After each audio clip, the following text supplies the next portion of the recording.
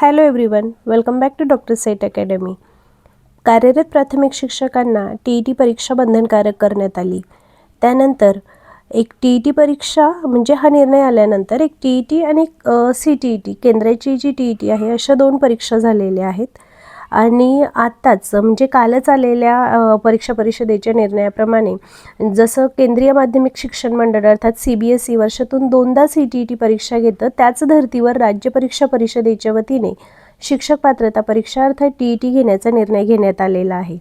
आणि त्याचा प्रस्ताव देखील पाठवण्यात आलेला असून जी संभाव्य तारखा ज्या आपण गेस करत होतो पुढची TET कधी येईल, तर ती आता निश्चित झालेली आहे. जून महिन्याच्या शेवटच्या आठवड्यात किंवा जुलै महिन्याच्या पहिल्या आठवड्यात दुसरी TET परीक्षा घेण्यात येणार असल्याची माहिती राज्य परीक्षा परिषदेचे अध्यक्ष डॉक्टर नंदकुमार बेडसे यांनी दिलेली आहे. त्याच्यामुळे आता जरी आपण फेब्रुवारी महिन्याचा मध्य पकडला तरी मार्च, एप्रिल, मे, जून आणि जूनपर्यंत जरी आपण जूनच्या शेवटच्या आठवड्यात घेतलं असं जरी निश्चित केलं तरी मिनिमम 3 ते 3.5 महिने आपल्याला अभ्यासासाठी मिळणार आहेत.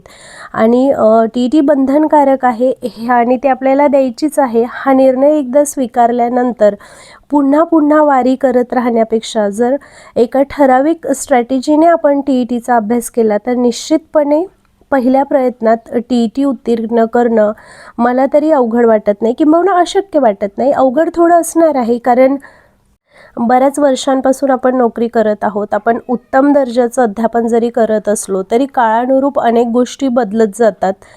तर त्यासाठी थोडा स्ट्रगल निश्चितपणे पुरणार आहे.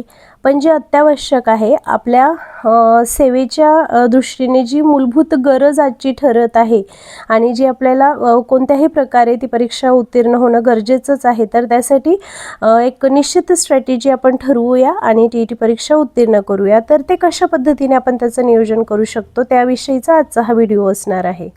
प्रथमतः आपण TET परीक्षेचे स्वरूप समजून घेऊया. 1 ते 5 इयत्तांसाठी पेपर 1 जो TETचा असतो यामध्ये एकूण 5 विभाग असतात. भाषा, त्यानंतर इंग्रजी, बालमानसशास्त्र व अध्यापनशास्त्र, गणित आणि परिसर अभ्यास. प्रत्येक विभागासाठी 30 गुण निश्चित केलेले असतात आणि 30 × 5 असे एकूण 150 गुणांसाठी 150 प्रश्न यामध्ये येत असतात. आणि OBC, SC, ST यांच्यासाठी जे मेरिट असतं, मेरिट क्रायटेरिया, तर तो 55% म्हणजे 83 गुणांचं पासिंग असतं. आणि जनरल कॅटेगरीसाठी 60% म्हणजेच 90 गुणांचा पासिंग क्रायटेरिया असतो. आणि पेपर 2 जो आहे इयत्ता 6 ते 8साठी यामध्ये एकूण 4 विभाग असतात.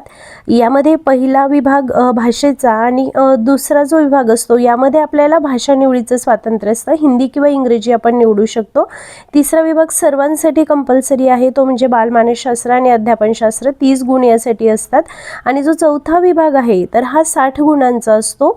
यात जे सायन्सचे विद्यार्थी आहेत त्यांना गणित आणि सायन्स, आणि जे सामाजिक शास्त्राचे विद्यार्थी आहेत त्यांच्यासाठी सामाजिक शास्त्रे 60 गुणांचं अशा पद्धतीची विभागणी झालेली असते. आणि पासिंग क्रायटेरिया यामध्ये देखील पेपर 1 प्रमाणेच असतो.